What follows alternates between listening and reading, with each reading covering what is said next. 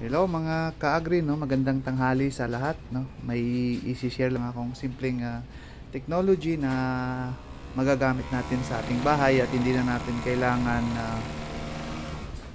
magkuha sa water district natin, kundi libre na po ito galing sa tubig ulanan.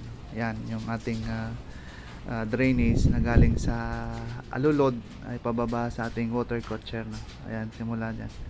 Dito po tayo sa ating rooftop, ano, ayan. Kasama po natin yung aking agila. Ayan, agila po namin yan. Yuki! Ay, magkaaway silang dalawa.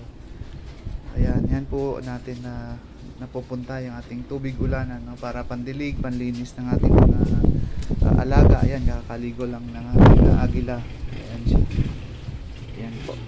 At paki-like and share lang po ng ating mga videos, ano. Yan po ay isang kapakipinabang na minsan hindi natin napapansin, pero ito ay kagamit-gamit po sa ating lalo na kung mayroon tayong mataas na bahay, no? At hindi na natin kailangan ng tubig sa ating gripo, kundi ito ay libre lang, no, na nakukuha. Ayan, may mga guyabano po kami dito, no? Puno ng guyabano sa taas ng aming bahay. At marami pa pong iba, marami pa akong